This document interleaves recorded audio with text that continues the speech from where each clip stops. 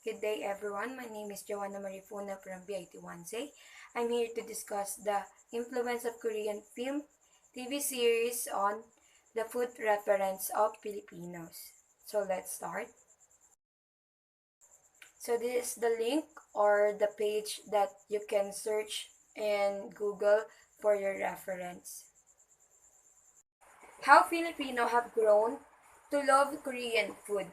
Anthropologist and historian Arnel Jobin explained this attraction of Korean cuisine as a product of Filipinos' fondness of K-dramas and K-pop. So, Korean cuisine is attractive to many Filipinos in terms its phenology in popular and social media.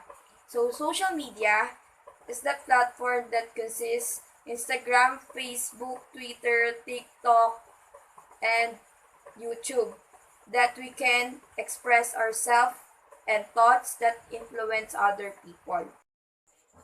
So K-drama cast while eating and promoting at the same time their Korean food. The first is the crash landing on you while watching the Korean football and chicken restaurant. Start of second lead actor while eating the corn dog.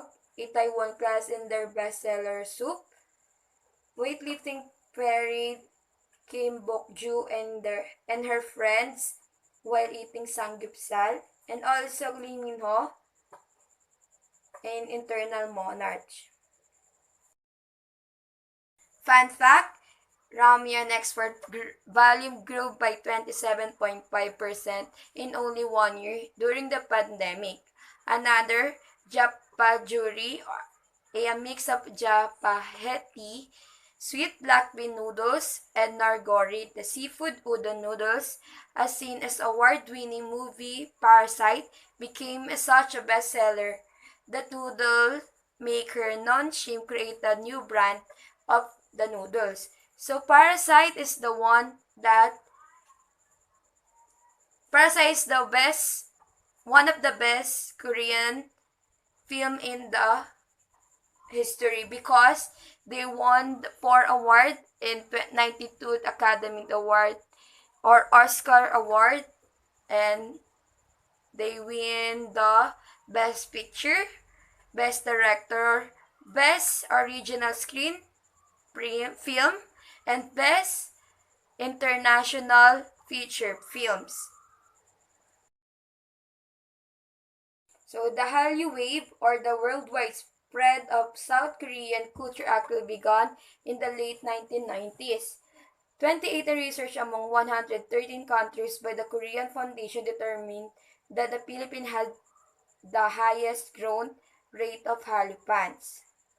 Hallyu Wave consists of TV dramas, film, K-pop music, movie star, animation, and comics. And also, Korean wave is everywhere in the Philippines. Like, for example, yung sa grocery, maririnig natin yung mga pinapatugtog nila is K-pop song. And yung mga tinitinda nila is may Korean food like ice cream, noodles, and also, sa paglabas ka is makikita may mga poster ng K-pop band, K-pop group, and also the Korean actress and actor na pinopromote yung kagaya ng Pen Shop, Globe, Smart, ganon. Lahat nakikita natin sila everywhere. Influence of K-pop group in Korean food. This is the 6th K-pop group that famous in the Philippines, all well known in the Philippines. First is the Blackpink. Second is BTS, EXO, Red Velvet, GOT7, and also Twice. That promoting the Korean food and posting in their social media account so that the mga followers nila is ma-influensyahan din sa mga pipiliin nilang pagkain and bibilin para kunyari, ako, fan ako ng Blackpink. So, kapag nakita ko silang kumakain ng Korean ice cream is parang may impluwensyaan ako na bumili din para habang pinapanood sila or habang naglalakad ako, naiisip ko na, ay kinakain to kanina ng Blackpink. So, that, influence na ng K-pop group sa pagkain, sa pagpapili, sa pagdesisyon ng Filipinos sa pagkain. Hansik and Hallyu, an analysis of Filipino appropriation of Korean cuisine as function of imagining the Korean culture. The first wave of Hansik for Koreans, where Korean informally exposed Filipino to their food, particularly kimchi, as they entered and resident in the Philippines. Hansik for Filipinos is the second wave with the Korean restaurant Penguin and Curiosity of Filipinos. So, yung Hansik and Hallyu is pinagsama. Kasi ang Pilipino kasi is mahilig sa maanghang na pagkain. So that, nung pandemic is may isang umusong challenge is the spicy noodle challenge. So this is the mga vlogger or influencer in the Philippines na nag-try at nag-boom yung views nila dahil ginawa nila yung challenge na yun. Like yung Rans and Yana, Bretman Rock and her sister Princess, and Mimiya and Ben and their blog. The third is the Jewel in the Palace effect. In 2003, the Korean period drama Jewel in the Palace aired in the Philippines, which had viewers glued on the character of Jajangmyeon's cooking and traditional table setting, while show branded Korean food as healthy, gaining the interest from the multitude of health-conscious Filipinos.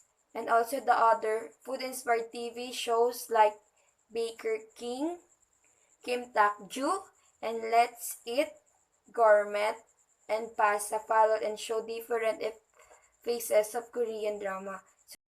So, ito yung mga K-drama na sumikat talaga dati na hinangaan at sinubaybayan ng mga Pilipino dahil sa galing nila sa pag-arte at sa mga pagkain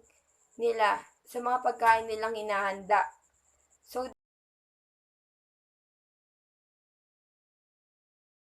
when some member of the Johnson dynasty migrated to the country in the 20th century, they sold Goryeo Sam or Goryeo dynasty ginseng mainly in Binondo, hub for Oriental pharmacy.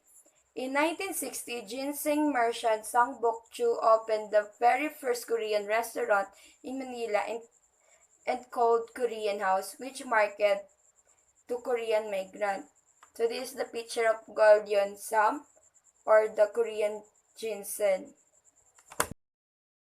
Restaurant and groceries in the Philippines, the Sangyup Salamat or the Sangyupsal, the Sijang Mart, that nagtitinda sila ng mga iba't ibang Korean food and they delivered everywhere in the Philippines. And the Dukab restaurant ni Ryan Bang that na pinapromote niya sa kanyang YouTube channel. And also, marami pang iba marami pang mga kilalang mga Korean restaurant and groceries sa Pilipinas, pero di ko na sinama kasi sobrang dami nga. And also, yung Sangyupsal is kilalang kilala talaga natin. Kasi kapag kumakain tayo ng pagkain ng Korean is parang feeling natin nandun tayo sa Korea kahit hindi naman, wala naman. So, yun. Kulit tayo. The study revealed the following are the most popular dishes among the Filipino responded. Surveyed the found similarities between Korean and Filipino dishes. kimchi as the number one side dishes, bulgogi as a barbecue or grilled meat, bibimbap as a crumpitious rice ball, japchae as the Korean counterpart of pian or songtanghon, and kikimbap as a sushi-looking dishes. So, in this picture, makikita natin yung itsura nila. The samgyeopsal, the bulgogi, the japchae, na sinasabi nilang kawig sa ating sotanghon or bihon, the bibimbap, and also, ang kilalang kilala is kimchi and kikimbap. The street food in Korea na gustong-gusto nating tikman dito sa Pilipinas. The tteokbokki, the odeng, tteokbokki hot dogs or Korean cheese dog or corn dog, the tornado potato, jokbal, and Korean ice cream.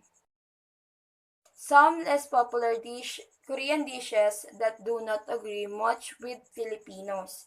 The soy marinated crabs, jokbal, samyetang, kaljoksu, jjajangmyeon, and water kimchi. Because hindi natin prefer yung lasa nila sa food taste natin, mga Pilipino. Yung jjajangmyeon, kala ko masarap yun, pero nung natikman ko is ekis. Hindi siya ganun ka sarap. Pero for me, hindi siya ganun ka pleasing kumpara sa ibang Korean food kanina na pinakita ko. Habang kinakain natin yung Korean food is parang asa Korea na din tayo kasi kinakain natin yung mga pagkain nila doon. Kahit na sa Pilipinas lang tayo. So that napakalaki talaga ng na-impluwensya ng Korean films and TV series sa ating mga Pilipino. Dahil, gaya na sabi kanina is, nagkakaroon ng silent promotion ang K-drama. Pinapakita nila dun yung mga kagaya ng fashion, mga destination, tourist destination, the food also na naka-apekto or naka-impluwensya sa ating mga Pilipino na nakaka-interact, nakaka-attract. So, thank you everyone. I hope you understand or learned something in my report. Have a good day and God bless.